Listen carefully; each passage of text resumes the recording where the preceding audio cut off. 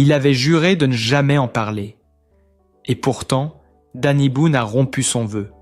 Devant les caméras, il a révélé un secret que Lynn Renault avait gardé enfoui pendant plus de 20 ans. Un secret intime, presque sacré, que seule la comédienne de 97 ans portait en silence. Ce jour-là, à la maison de la recherche, son regard trahissait la sérénité de ceux qui ont tout donné, sa carrière, son cœur et bientôt sa fortune. Car Lynn Renault a pris une décision irrévocable. Danny Boone, son ami de toujours, n'en héritera pas. Je vais tout léguer à la recherche scientifique, confie-t-elle, la voix calme, lucide, poignante. Le mythe s'efface doucement, mais la vérité, elle, éclate au grand jour. Mais qui est vraiment Lynn Renault, derrière les paillettes et les sourires? Comment cette icône des années d'or, adulée par des générations entières, en est-elle venue à faire un choix aussi déroutant? Mais que s'est-il vraiment passé entre Danny Boone et Lynn Renault? Pourquoi cet homme qu'elle a tant aimé, soutenu, presque adopté, a-t-il choisi de rompre un vœu qu'il s'était fait il y a plus de 20 ans? Tout commence un soir de décembre, dans le salon feutré de la Jonchère, la maison de Lynn, perchée sur les hauteurs de Rueil-Malmaison. À 97 ans, la comédienne au sourire lumineux ne cache plus rien. Ses gestes sont lents, mesurés, mais son regard, lui, brûle encore d'une force tranquille. Ce soir-là, devant quelques amis et journalistes triés sur le volet, elle déclare d'une voix claire « Je vais tout léguer à la recherche scientifique ».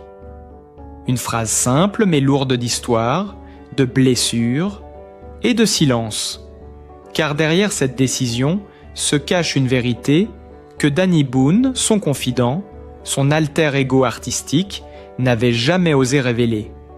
Jusqu'à ce jour où, ému, il a cédé. Pendant plus de 20 ans, un secret les liait, invisible, discret, tissé de promesses et de douleurs. Danny, ce garçon du Nord qu'elle avait pris sous son aile, voyait en elle une figure maternelle, presque mythique. Ensemble, ils avaient traversé les succès. Bienvenue chez les ch'tis, les tournées, les hommages, les dîners d'amitié, où Lynn riait de tout, sauf du temps qui passe. Mais dans le silence de ces nuits, loin des caméras, la vieille dame redoutait une seule chose, laisser derrière elle une image faussée.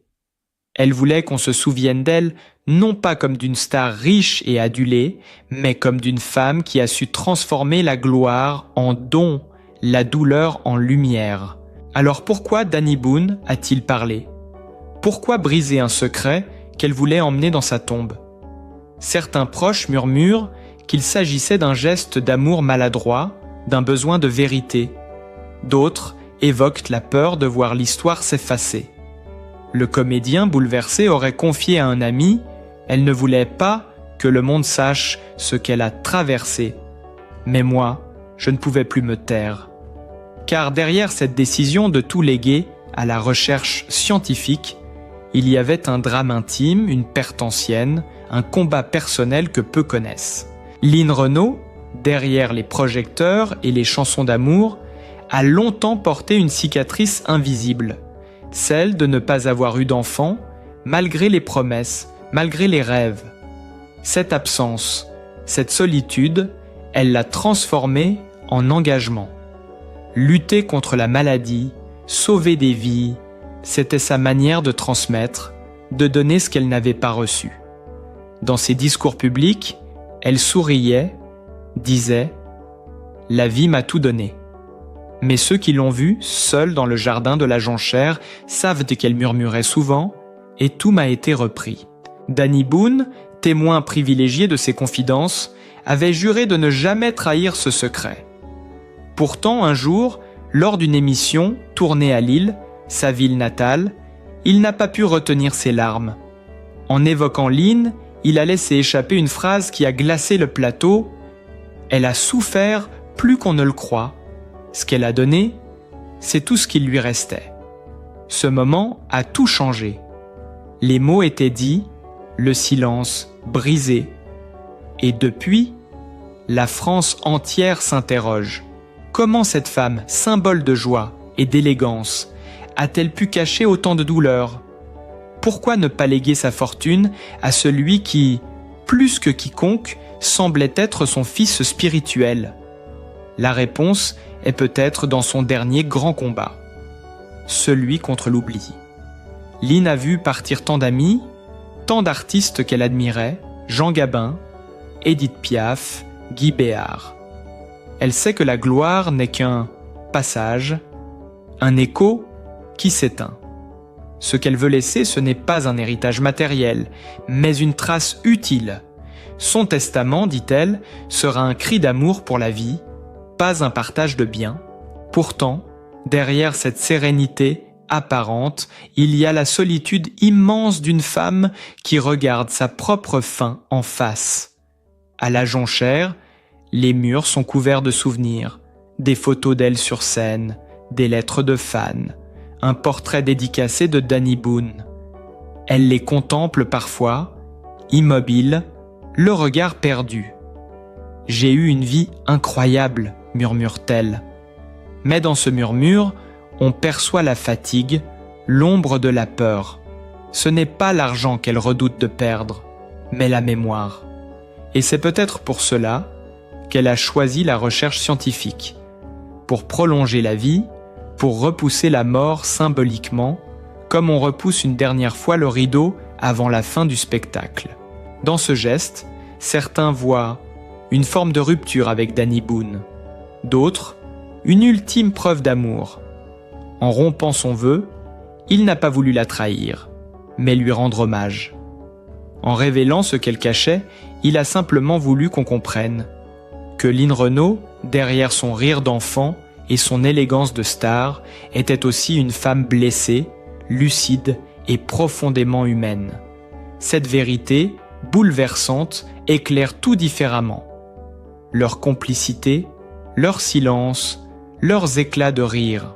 Et aujourd'hui, alors qu'elle approche du centenaire, Line Renaud regarde le monde une dernière fois avec cette lueur dans les yeux, celle de ceux qui savent qu'ils ont tout donné. Le secret n'en est plus un, mais peut-être fallait-il qu'il soit révélé pour que la légende enfin devienne vérité. Et si, derrière ce secret révélé, se cachait en réalité la plus belle des vérités, celle d'une femme qui, après avoir tout connu, la gloire, l'amour, la solitude, a décidé de donner un sens à son départ. Car si Line Renaud a choisi de ne rien laisser à Danny Boone ni à ses proches célèbres, c'est qu'elle avait déjà trouvé sa véritable famille, celle des chercheurs, des médecins, de ces femmes et de ces hommes de l'ombre qui, chaque jour, se battent pour sauver des vies. C'est à eux, et à eux seuls, qu'elle a décidé de confier le fruit de toute une vie. Tout a commencé un matin d'hiver, dans le calme feutré de sa maison de la Jonchère. Les rideaux à demi tirés laissaient passer une lumière douce, presque laiteuse. Line, assise près de la fenêtre, relisait des lettres venues de toute la France. Des remerciements, des témoignages d'espoir, des mots d'amour d'inconnus qu'elle avait aidés sans jamais les rencontrer. Parmi eux, une phrase revenait souvent « Grâce à vous, je suis encore là ». Ces mots, plus que tout le reste, lui rappelaient pourquoi elle s'était battue toutes ces années. Ce jour-là, elle prit une décision. Elle allait créer un fonds, un espace vivant, pour continuer à agir même après sa disparition. Ainsi, naquit le fonds de dotation. Line Renaud Loulou Gasté, hommage à son grand amour disparu, mais aussi symbole de sa fidélité à la vie.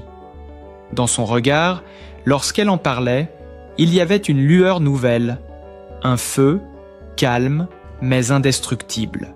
« Je veux absolument attirer la lumière sur les chercheurs », confia-t-elle un jour à RTL. « C'est toujours nous, les artistes, qui sommes sous les projecteurs. Eux font des choses extraordinaires, mais restent dans l'ombre. Ces mots résument tout. La modestie d'une star, la gratitude d'une femme qui sait ce qu'elle doit à la science, et la foi inébranlable dans la force de ceux qui agissent sans jamais chercher la reconnaissance. Derrière cette initiative, il y avait aussi une urgence. Lynn le savait. Le temps n'était plus son allié. À 97 ans, chaque matin pouvait être le dernier lever de rideau. Mais loin de s'en effrayer, elle y voyait une raison de plus d'accélérer. Elle voulait que chaque euro, chaque geste, chaque mot compte. Ses amis la disaient infatigable. Elle écrivait, téléphonait, organisait des rendez-vous, même quand la fatigue se faisait sentir. Tant que je respire, je me bats, répétait-elle. Dans les couloirs de la maison de la recherche, à Paris, on se souvient encore de cette journée d'automne où Lynn fit une apparition surprise. Les chercheurs, émus, se levèrent pour l'applaudir. Elle monta sur scène, sans discours préparé, et parla d'une voix simple mais vibrante.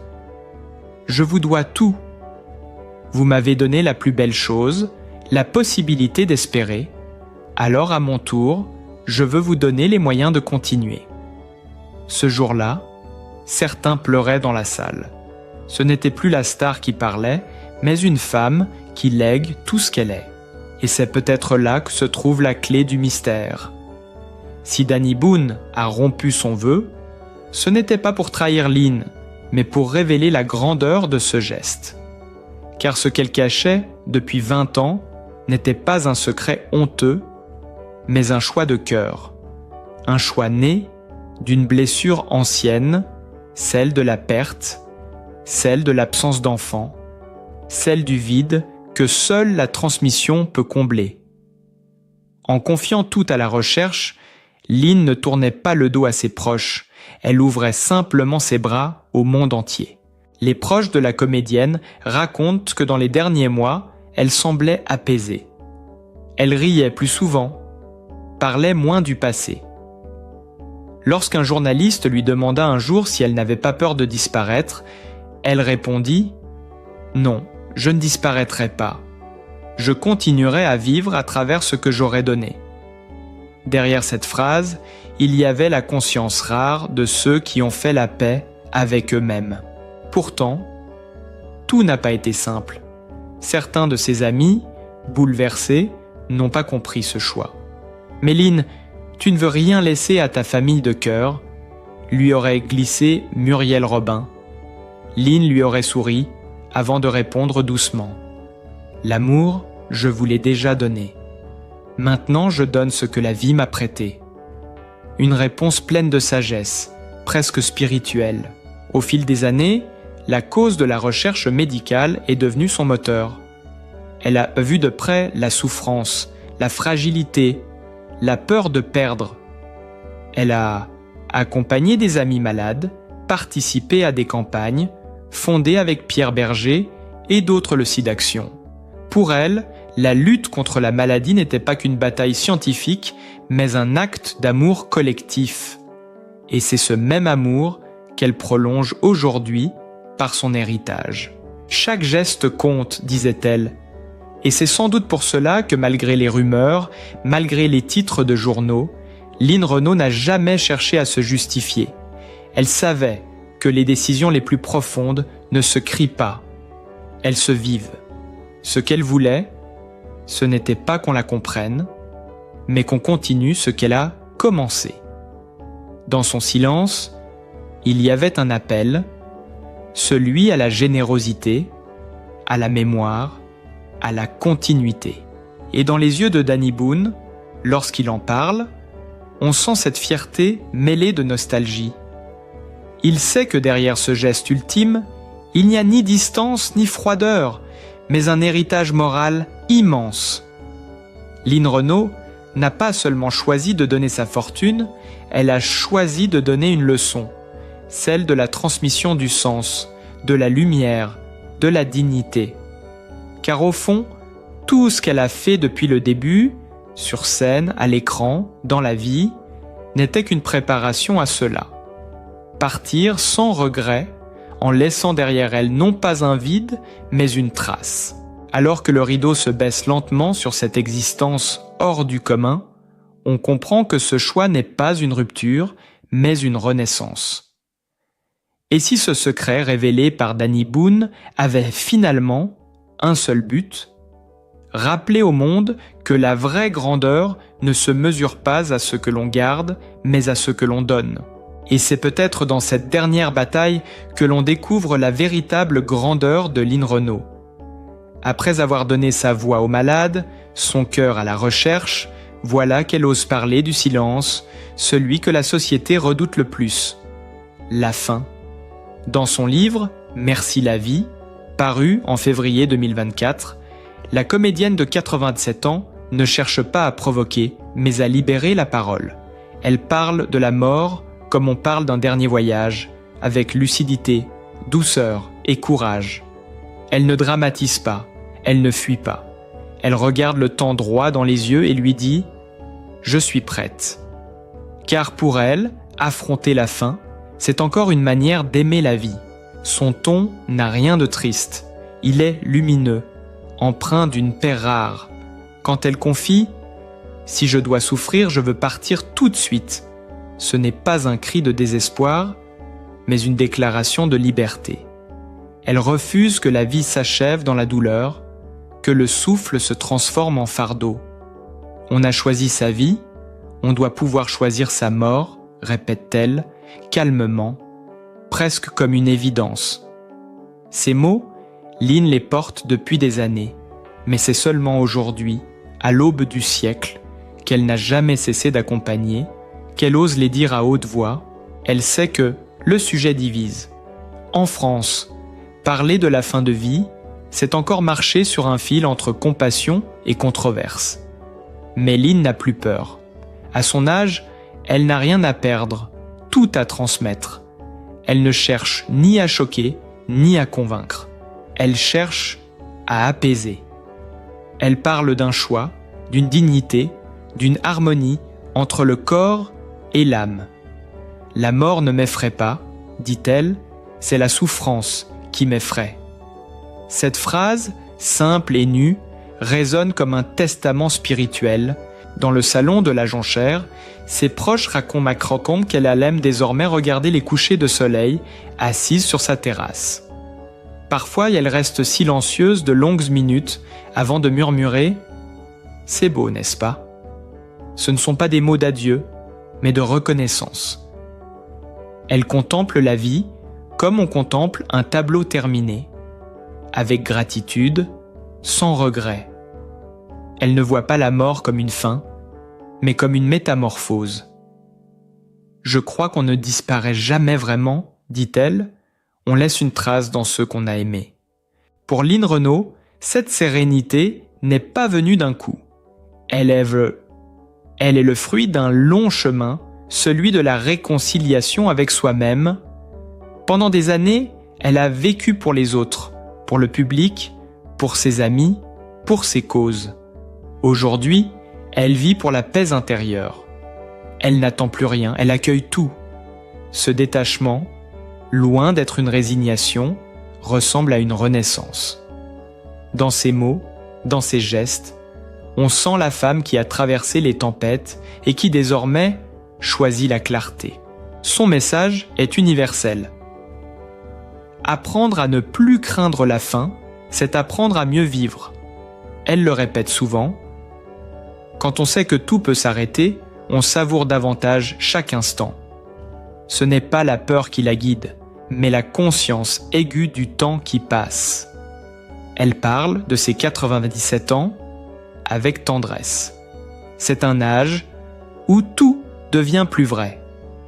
Il n'y a plus de masque, plus de rôle, seulement l'essentiel.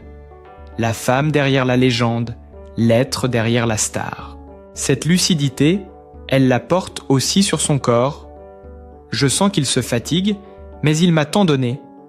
Elle ne cache ni les douleurs, ni les faiblesses, elle les embrasse. Comme une actrice qui accepte la dernière scène, elle se prépare sans peur, dans la dignité. Elle répète souvent qu'elle ne veut pas d'un départ brutal, mais d'un passage calme, entourée de musique, de lumière et d'amour. Quand la vie dira stop, je lui sourirai. Mais au fond, ce qu'elle défend, ce n'est pas la mort, c'est le choix. Le choix de ne pas subir, le choix de rester maître de sa destinée jusqu'au bout. Dans un pays où le débat sur la fin de vie reste sensible, Lynn incarne cette voix rare qui parle sans colère, sans revendication, avec humanité.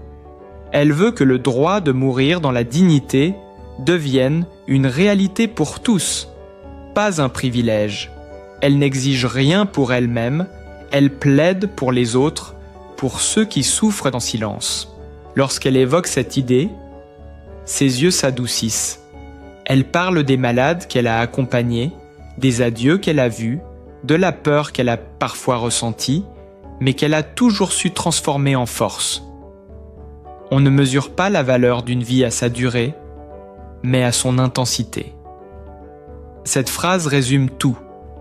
Lynn n'a jamais cherché à prolonger son existence, elle a cherché à la remplir, et c'est ce qu'elle continue à faire chaque jour, par la parole, par l'exemple, par la paix qu'elle dégage. Dans cette démarche, il n'y a ni tristesse, ni renoncement. Il y a une sagesse rare, celle de quelqu'un qui a compris que la vie et la mort ne sont pas des ennemis, mais deux visages d'une même vérité. Elle dit « La mort, c'est la dernière note d'une chanson. Ce qui compte, c'est la mélodie qu'on laisse derrière soi. » Et cette mélodie, pour Lynn, est faite de rire, de combat, de tendresse et de lumière. À ceux qui l'écoutent, elle adresse une leçon simple. Vivre sans peur, aimer sans condition, partir sans rancune. Elle n'a plus besoin de jouer, elle n'a plus besoin de prouver. Elle est simplement. Et dans cette simplicité, il y a une beauté bouleversante. Car Lynn Renaud, en parlant de la mort, nous parle encore et toujours de la vie. Et peut-être est-ce là, finalement, le plus bel héritage de Lynn Renaud, celui d'une femme qui a su aimer sans posséder, donner sans attendre et partir sans peur. À travers ses mots, ses gestes et ses silences, elle nous enseigne que la vie n'est pas faite pour être gardée, mais pour être partagée. Que chaque jour compte tant qu'il est vécu avec sincérité, tendresse et courage.